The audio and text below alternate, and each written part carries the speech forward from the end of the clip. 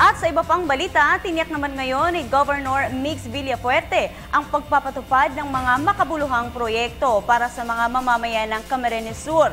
Kabilang po sa kanyang mga bibigyang pansin ay ang kanyang first 100 days ay ang pagpapatupad o pagpapaunlad ng mga infrastruktura, kalusugan, agrikultura at edukasyon. Yan naman ang balitang hatid ng aming kasamang si Grace Rifama-Simando ng Bayan Naga. Grace, magandang hapon sa iyo.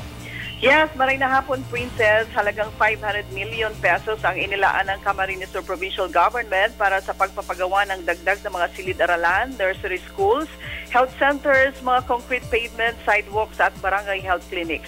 195 million ang nakareserba para sa pagpapatayo ng rice seed bank. 30 million ang gugugulin para sa pag-acquire ng corn shellers, harvester at corn dryer upang mapataas ang produksyon ng mais.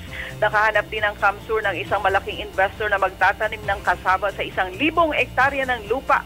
Isang American investor din ang mag-aangkat ng cocoa water dito sa lalawigan at nakahanda na ang pagtatayo ng malaking cocoa water processing plant sa bayan ng Pili. 20 kilometrong coastal highway bubuksan at mag-uugnay sa bayan ng Pasakaw hanggang sa bayan ng Balatan. Ito ay mula sa 1st District tungo sa 5th District ng probinsya. At nakahanda na rin ang kumpletong profile ng mga proyektong ilalagay sa mga komunidad along Bicol River. Target ng lalawigan na maging tourist destination ang mga bayan at barangay sa gilid ng bantog na Bicol River. Ang lahat na ito ayon kay Governor Mix Villafuerte ay sisimulang ipatupad at ipagawa ng kanyang administrasyon sa papasok na 2014.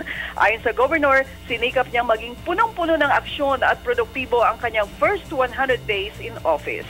Radyo ng Grace Rifama-Simando para sa Telebisyon ng Bayan.